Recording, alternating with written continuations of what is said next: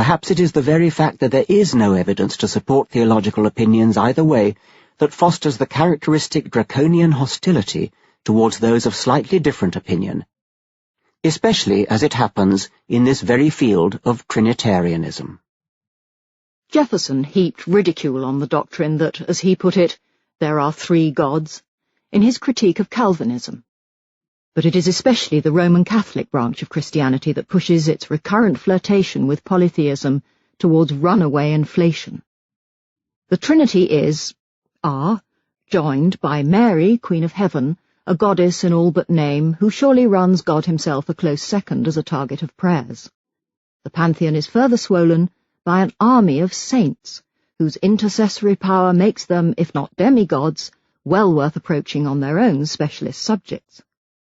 The Catholic Community Forum helpfully lists 5,120 saints, together with their areas of expertise, which include abdominal pains, abuse victims, anorexia, arms dealers, blacksmiths, broken bones, bomb technicians and bowel disorders, to venture no further than the bees. And we mustn't forget the 4 choirs of angelic hosts, arrayed in 9 orders: seraphim, cherubim, thrones, dominions, virtues, powers, principalities, archangels, heads of all hosts, and just plain old angels, including our closest friends, the ever-watchful guardian angels. What is impressive about Catholic mythology is partly its tasteless kitsch, but mostly the airy nonchalance with which these people make up the details as they go along. It is just shamelessly invented. Pope John Paul II created more saints than all his predecessors of the past several centuries put together, and he had a special affinity with the Virgin Mary. His polytheistic hankerings were dramatically demonstrated in 1981 when he suffered an assassination attempt in Rome and attributed his survival to intervention by Our Lady of Fatima. A maternal hand guided the bullet. One cannot help wondering why she didn't guide it to miss him altogether. Others might think the team of surgeons who operated on him for 6 hours deserved at least a share of the credit, but perhaps their hands too were maternally guided. The relevant point is that it wasn't just Our Lady who, in the Pope's opinion, guided the bullet, but specifically Our Lady of Fatima.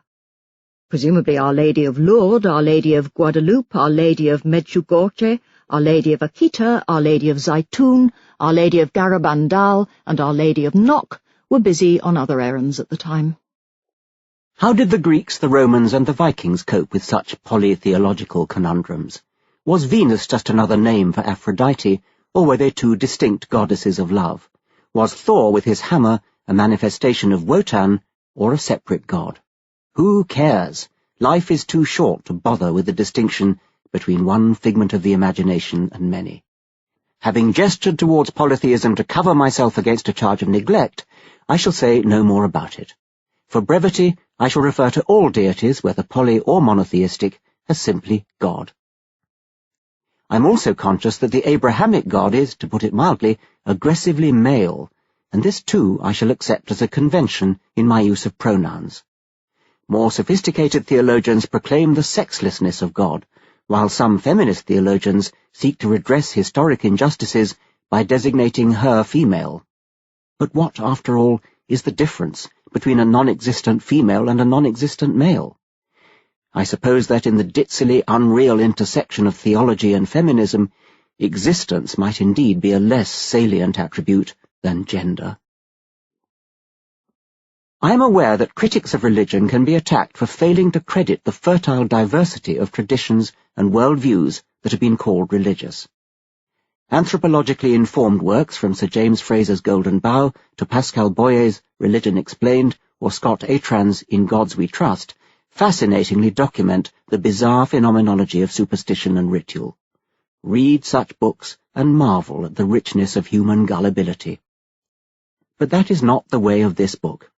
I decry supernaturalism in all its forms, and the most effective way to proceed will be to concentrate on the form most likely to be familiar to my readers, the form that impinges most threateningly on all our societies.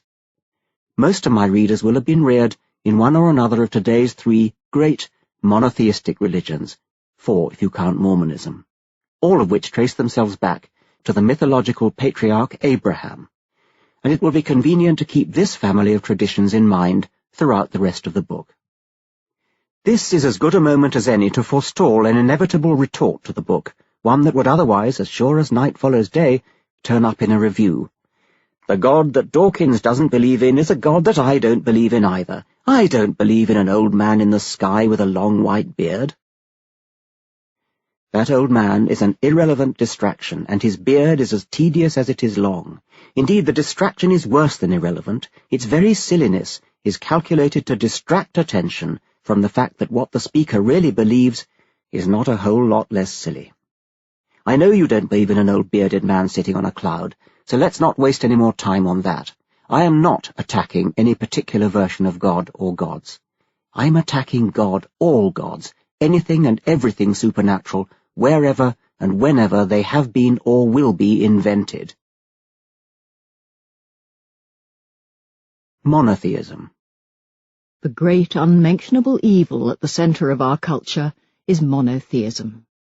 From a barbaric Bronze Age text known as the Old Testament, 3 anti-human religions have evolved: Judaism, Christianity, and Islam.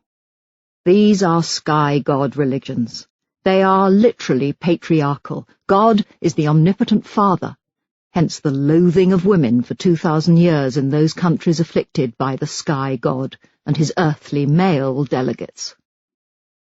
Gore Vidal. The oldest of the 3 Abrahamic religions and the clear ancestor of the other 2 is Judaism. Originally a tribal cult of a single fiercely unpleasant god, morbidly obsessed with sexual restrictions, with the smell of charred flesh, with his own superiority over rival gods, and with the exclusiveness of his chosen desert tribe. During the Roman occupation of Palestine, Christianity was founded by Paul of Tarsus, as a less ruthlessly monotheistic sect of Judaism, and a less exclusive one, which looked outwards from the Jews to the rest of the world. Several centuries later, Muhammad and his followers reverted to the uncompromising monotheism of the Jewish original, but not its exclusiveness, and founded Islam upon a new holy book, the Quran, adding a powerful ideology of military conquest to spread the faith. Christianity, too, was spread by the sword, wielded first by Roman hands after the Emperor Constantine raised it from eccentric cult to official religion, then by the Crusaders, and later by the conquistadors and other European invaders and colonists, with missionary accompaniment.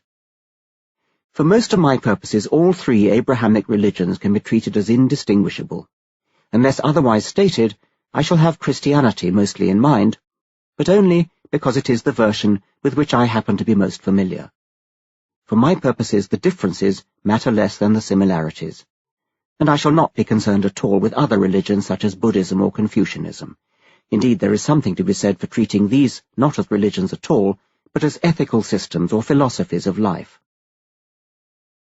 The simple definition of the God hypothesis with which I began has to be substantially fleshed out if it is to accommodate the Abrahamic God.